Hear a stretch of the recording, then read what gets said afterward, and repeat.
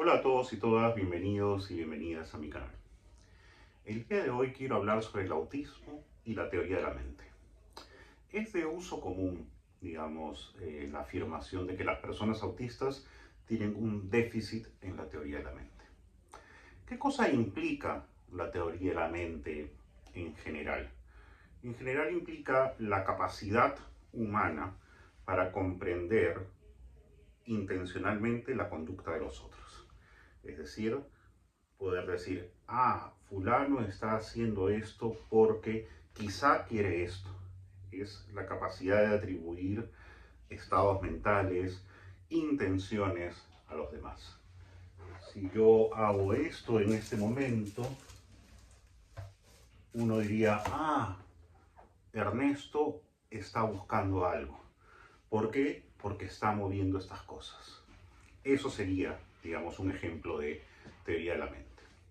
Que se suele decir es que las personas autistas tienen dificultades, ¿no?, en atribuir estados mentales a los demás. Es decir, clásicamente, si uno lee textos de Baron Cohen, algunos, sobre todo los más antiguos, o de Japé o de Fritz, ¿no?, dirán que la persona autista describirá la conducta que ha hecho. Ernesto está moviendo unos papeles, pero no será capaz de atribuirle una intención a eso. Pues bien, dentro de los estudios críticos en autismo, sobre todo hechos por investigadores autistas, ¿no? Pienso en este momento en los estudios de Melanie Gergaud o de la doctora Botta, ambas, Monique Botta, ambas investigadores autistas, o de los estudios hechos por Gernsbacher, que también es una investigadora que suele asociarse con investigadores autistas, ¿no? Eh, la afirmación o la aseveración de que las personas autistas tienen un déficit en la teoría de la mente es una de las causas de deshumanización del autismo. Como dice Yergo en alguno de sus escritos, claro, ningún académico dice que los autistas son menos humanos, pero en muchos de esos textos leemos que tener una teoría de la mente es lo que nos define humanamente. Entonces, si las personas autistas tienen un déficit en la teoría de la mente, son menos humanas que un neurotípico.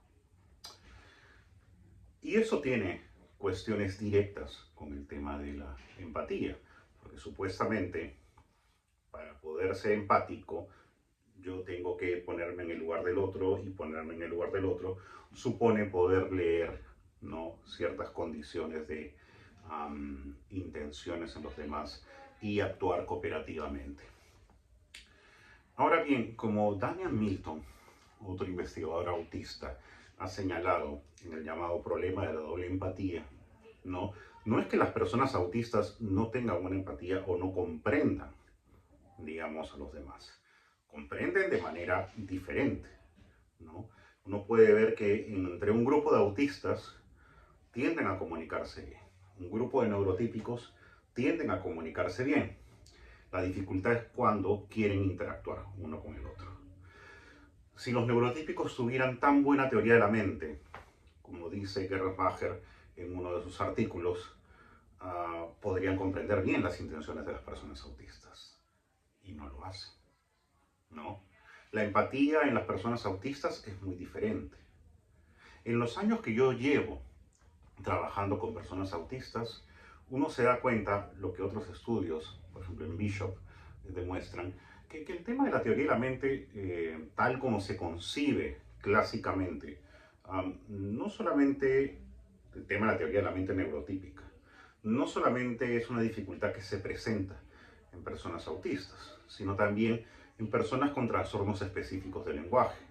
Y esto tiene que ver porque para desarrollar las tareas en teoría de la mente, tal como son planteadas, la falsa creencia de primer orden, la falsa creencia de segundo orden, etcétera, etcétera, hay que tener un buen dominio lingüístico para poder pasar esas etapas. Entonces, muchas personas con trastornos del lenguaje tienen dificultades para eso, igual que las personas autistas. Ahora, hay personas autistas hablantes que pasan bien las tareas en teoría de la mente, pero que en la vida cotidiana pueden tener dificultades para comprender la conducta intencional de los otros, para descubrir el engaño, para descubrir la mentira, en la vida cotidiana. Entonces, ¿qué está pasando ahí? Que muchas veces medimos la capacidad de la teoría de la mente mediante láminas, fotografías, etcétera, etcétera. Pero en la vida cotidiana, en el día a día, lo que ocurre es que las personas autistas tienen dificultades para comprender los códigos sociales neurotípicos. La vida social neurotípica a veces no tiene mucho sentido, ¿no? Ese conocimiento, ese saber sobre el mundo, ese saber, digamos, de la calle, ¿no? Del día a día, le es complicado comprenderlo. Son como códigos culturales diferentes. Esa es la dificultad que debería preocuparnos si es que queremos dar herramientas de protección y de autoprotección a las personas autistas. No el supuesto déficit de teoría de la mente, porque evidentemente los autistas tienen una mente, y una mente que procesa la información de tal manera, y una mente que intenta establecer lazos cooperativos con las otras personas, de manera absolutamente distinta. O sea, en mi experiencia, por ejemplo, a veces las personas autistas no leen ciertos gestos que socialmente asociamos a una emoción, pero si se lo decimos directamente, obtenemos la respuesta que queremos. Es decir, si yo tengo una cara de preocupado, a lo mejor no lee que estoy preocupado, pero si yo le digo estoy preocupado, probablemente esta persona haga algo por mí. O muchas veces he visto a los autistas mucho más centrados en buscar una solución al problema de la otra persona que en ponerse a consolar. Es una forma distinta de hacerlo. Y esto varía según el espectro, según si la persona autista es hablante o es no hablante, ¿no? La idea, ¿no?, de que las personas autistas tienen un déficit en la teoría de la mente, diciéndolo así en general y como una capacidad humana, es lo que hace que justamente muchas veces se diga, ah, fulano de tal no puede ser autista, porque mira, es empático, mira, se da cuenta de las cosas, etcétera, etcétera. No, no existe una teoría de la mente asociada a lo que es la normalidad y a lo que nos hace más humanos. Existen diferentes teorías de la mente, como diferentes neurotipos existen. Cada neurodivergencia tiene un tipo de teoría de la mente, un tipo de visión que se imprime de cómo y por qué actúan los demás. Lo que tenemos que hacer es comprenderla y entenderla. No es que las personas autistas no tengan empatía, tienen una empatía distinta. Y eso es lo que nos debe ocupar.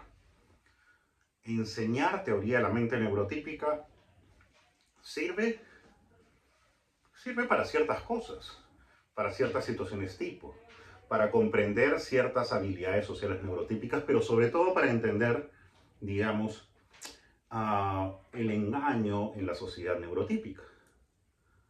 Pero nada más. O sea, no podemos enseñar teoría de la mente neurotípica esperando que la persona autista sea como un neurotípico. Es como enseñar teoría de la mente autista y pretender, digamos, que el neurotípico, digamos, tenga una mente que asocie más en detalles, en patrones. Evidentemente, desde ese punto de vista, también pues hay un déficit neurotípico en respecto de la mente autista para ciertas tareas. Entonces, de lo que se trata es que si por teoría de la mente entendemos la capacidad de comprender las intenciones del otro y atribuir intenciones del otro a los demás, no es que veamos la mente neurotípica y digamos así funciona una mente. Existe la mente autista.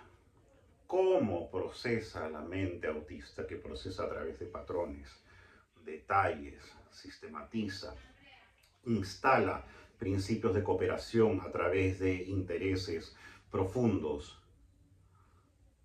Toda esa empatía, la empatía de las personas autistas, el afecto de las personas autistas, la comprensión de las intenciones del otro, viene de otro tipo de manera. Dejemos de decir que la teoría de la mente neurotípica es algo que define al ser humano, porque no es así. Lo que define al ser humano es, dentro de la neurodiversidad, los diversos neurotipos. Cada neurotipo dentro de la neurodivergencia tendrá un tipo de mente distinta y lo que tenemos que aprender es a tender puentes de empatía, de convivencia entre cada una de las formas de la neurodivergencia. No hay una teoría de la mente, hay varias. Bueno, eso quería compartir con ustedes hoy y con ustedes será la próxima.